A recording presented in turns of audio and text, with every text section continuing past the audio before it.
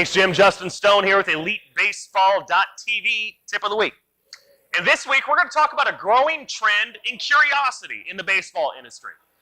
And Buster Olney tweeted out during the Yankees-Indians divisional series game last night that Aaron Judge has struck out 15 times in a series, and Tony Gwynn, in 1 year, only struck out 15 times in a particular season. So why is it acceptable today for strikeout numbers to continue to increase? And should this be something that's acceptable at the youth level, in the amateur level of baseball? So for me to answer that, I'm going to first give you a little history lesson. The game has changed and evolved as more sabermetrics have come into the game of baseball. Where at one time, the home run title, yes, still a coveted piece of our baseball history, but also the batting average title each year was something that was very relished. And we know now that batting average isn't always the biggest indicator of offensive team success. And stats today in the Moneyball era, like OPS and ISO power and slugging percentage, are a bigger indicator oftentimes of how the team offense is going to do. So as we go forward, there's been more of an emphasis on run-producing stats than just isolating batting average into the team success. So with this, strikeouts become more acceptable. And only if a player brings something else to the table. So in Aaron Judge's case, where the OPS is over 1,000, hits a lot of home runs, has a lot of RBIs, that makes the strikeouts a little more acceptable for his game. But you don't see a ton of just sheer contact hitters in the game today like you did in the 70s and 80s, where they might have a decent batting average, but the OPS would be very low, extra base hits would be very low, and those hitters have kind of gone by the wayside in the game of baseball. For the simple fact is teams now know they don't produce as many runs. In the rare instance, you'll have somebody just completely outstanding in the defensive side of the game, bringing something else to the table of saving runs for their team, but that's a pretty rare occasion. So what's this mean for you? For the youth coach, for the dad, is it acceptable for my 9 to 12-year-old in travel ball to be striking out a ton if he too has big power potential? And the answer might surprise you. It's no.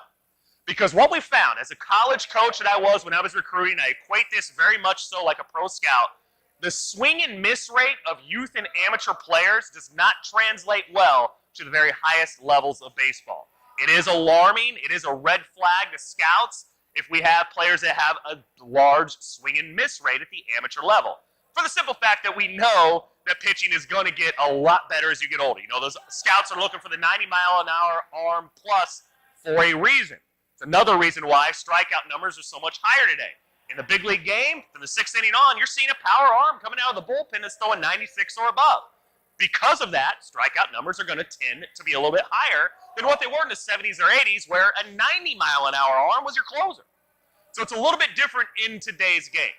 But we do need to teach a two-strike approach. And it was interesting for me, spending time with the Cubs in Fall Instructional League, that is something that is taught in their organization. I think Anthony Rizzo is a great example of what they were teaching their young Latin American hitters, guys in A-ball, of what the standard should be.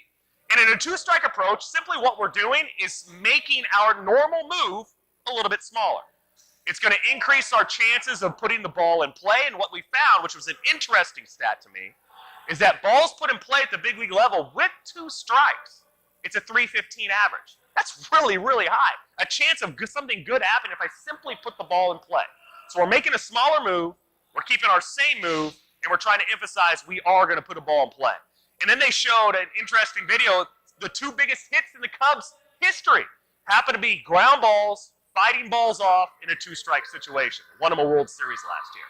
Ben Zobrist from the left side battling some nasty Indians pitching. Ground ball goes to the 6th hole. They end up winning the World Series. So there is a 2-strike approach that has to be worked on. It has to be drilled, of getting used to making your same move a smaller way and trying to put balls in play. So for the youth coach, as you watch the trends in the big league game, it doesn't necessarily mean the same thing for my team. A bunch of guys that are free swingers that are striking out a lot aren't necessarily going to help my team win games, nor is it going to put them in a good place for future development and longevity in the game of baseball. We need to lower that swing and miss rate, knowing that power will come later. Want proof of that? Go back and look at Mike Trout and Miguel Cabrera's A-ball stats. They weren't hitting 40 home runs at that time, but they knew how to hit. And that power will come later as players develop, become more seasoned hitters, and get stronger, of course, as they get older. So let's teach our kids how to hit first, and the power part of the game will come as we progress into the game. And to check out that two-strike approach, that's something that we emphasize greatly in our EliteBaseball.tv 12-week sequential hitting plan.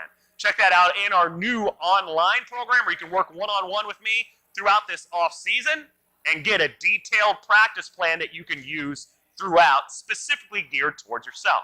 Until next week, this is Justin Stone with EliteBaseball.tv, and we'll see you on the field.